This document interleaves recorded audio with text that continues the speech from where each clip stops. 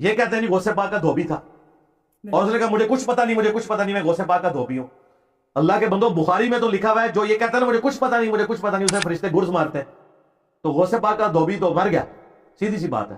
تو یہ سب کچھ فراڈ ہے۔ بسم اللہ الرحمن الرحیم۔ سامعین و ناظرین، یہ جو حضور سیدنا شیخ عبد القادر جیلانی کے دھوبی والا واقعہ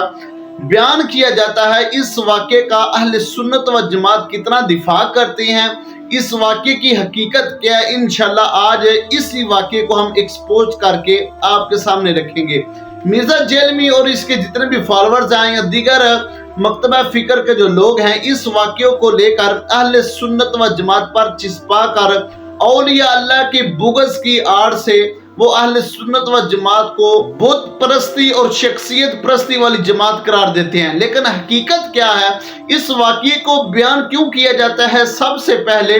یہ واقعہ کس نے لکھا ہے، اور آج تک کسی بھی اہل سنت و جماعت کے مستند عالم دین مصنف نے اپنی کتاب کے اندر اس طرح کا واقعہ نہ لکھا ہے، نہ اس کی تصحیح فرمائی ہے۔ دیوبندیوں کے والد اشرف علی تھانوی نے یہ واقعہ اپنی کتاب کے اندر لکھ کر دیوبندیوں کے منہ پہ تھپڑ مارا ہے، جو تصرفات اولیاء کے خلاف ہیں ان کا منہ بند کیا ہے، اور اشرف علی تھانوی نے یہ واقعہ لکھا ہے، اور انہی کے مکتبہ فکر کے لوگ اہل سنت و جماعت پر اس واقعے کو چسپا کر لوگوں کو عقیدہ حق اہل سنت و جماعت سے منحرف کرنے کی کوشش کرتے ہیں۔ اور دور حاضر میں مرزا جیلمی اور اس کے جتنے بھی فالورز ہیں، یہ لوگوں کو اولیاء اللہ سے دور کرنے کی کوشش کرتے ہیں، اور اس طرح کے واقعات کو اہل سنت و جماعت پر چسپا کر لوگوں کے دلوں میں اولیاء اللہ کی نفرت پیدا کرتے ہیں۔ جبکہ فتاوی فقیہ ملت میں مفتی جلال الدین امجدی نے یہ لکھا ہے، اس طرح کی جتنی بھی کرامات ہیں، ایسی کرامتوں سے اہل سنت و جماعت کا دامن جو ہے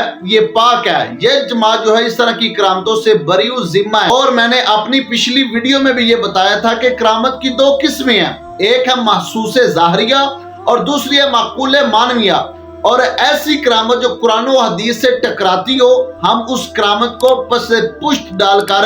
اس کرامت کو ترجیح دیں گے جو اللہ کے قرآن اور نبی پاک علیہ السلام کے فرمان سے ثابت ہوتی ہوگی۔ یہ بات تواتر کے ساتھ ثابت ہے کہ نبی پاک علیہ السلام نے ارشاد فرمایا، قبر میں آدمی سے صرف 3 سوال ہوتے ہیں جو روز روشن کی طرح واضح ہیں، حدیث کی کتب میں یہ الفاظ موجود ہیں۔ لیکن یہ غوث پاک کے دھوبی والا جو واقعہ ہے، ہم اس سے مکمل بائیکاٹ کرتے ہیں۔ یہ واقعہ اہل سنت و جماعت نے نہ گڑھا ہے نہ لکھا ہے، بلکہ دیوبندی مکتبہ فکر کا لکھا ہوا پڑھ کے ان لوگوں کو سنایا کہ اپنے گھر کی خبر لو، اوپر سے تم اولیاء اللہ کے تصرف کے خلاف فرض سرائیاں کرتے ہو، جبکہ آپ کے جو بڑے اکابر ہیں انہوں نے اپنی کتب کے اندر یہ لکھا ہوا ہے، تو ہم ان کو آئینے میں ان کا چہرہ دکھاتے ہیں۔ تو اصل مسئلہ تصرفات اولیاء کا ہے کہ جو لوگ دنیا سے چلے جاتے ہیں اپنی قبر کے اندر، کیا وہ لوگوں کو نفع نقصان پہنچاتے ہیں کہ نہیں پہنچاتے؟ مردوں کے سننے، ان کی مشکل کشائی، حاجت روائی کے آڑ میں یہ لوگ جو ہیں